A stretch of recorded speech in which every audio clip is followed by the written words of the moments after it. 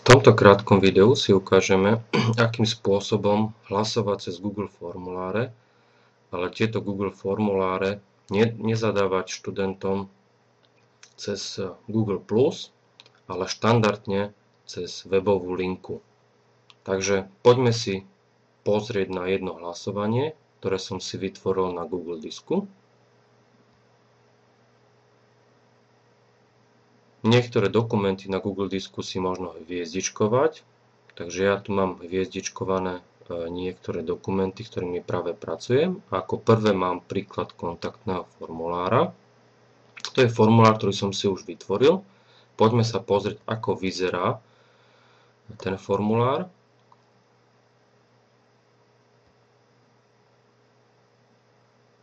Takže máme príklad kontaktného formulára, ktorý tu má viacero políčok a otázok.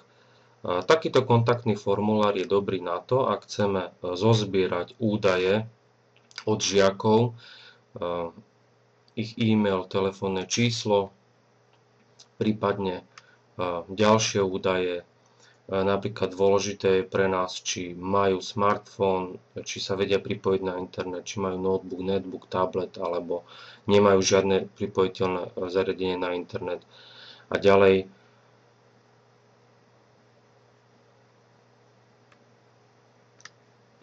či vie niečo o svojom zariadení, ktoré si doniesie na výučbu. Čiže máme príklad takéhoto kontaktného formulára, ale môže to byť aj iba jedna otázka na hlasovanie, ktorou zistíme pochopenie látky predstavy študentov. No môžete si všimnúť, že v tomto kontaktnom formuláre som už dal webovú linku na ten kontaktný formulár. Skutočná webová linka je táto dlhá webová adresa, no ale túto nemôžeme poskytnúť žiadnemu normálnemu smrteľníkovi, lebo toto vyťukať je strašne náročné. Z toho dôvodu boli vymyslené skracovače. No a ja som použil skracovač, Google skracovač, ktorý mi dal túto linku. Poďme si vyskúšať, že naozaj táto linka funguje. To znamená, ak ja na hlasovaní ukážem túto obrazovku na projekcii, tak študenti vlastne naťukajú len túto adresu do svojho prehliadača. Dokonca stačí bez HTTP. No a keď to urobili, tak vlastne prejdú na kontaktný formulár.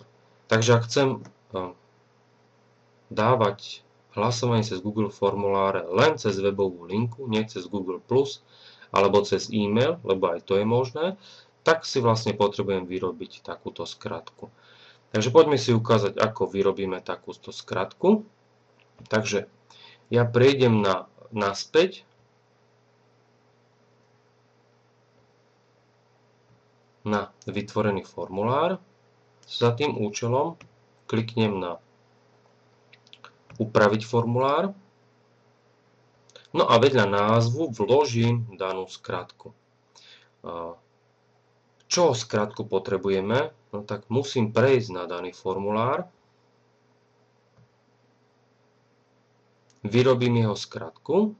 Na to mi slúži rozšírenie Google Chrome, tzv. Google URL Shortener, alebo skracovač webovej adresy. Ten si môžete veľmi jednoducho nainštalovať. Linku vám dám v príspevku k tomuto videu.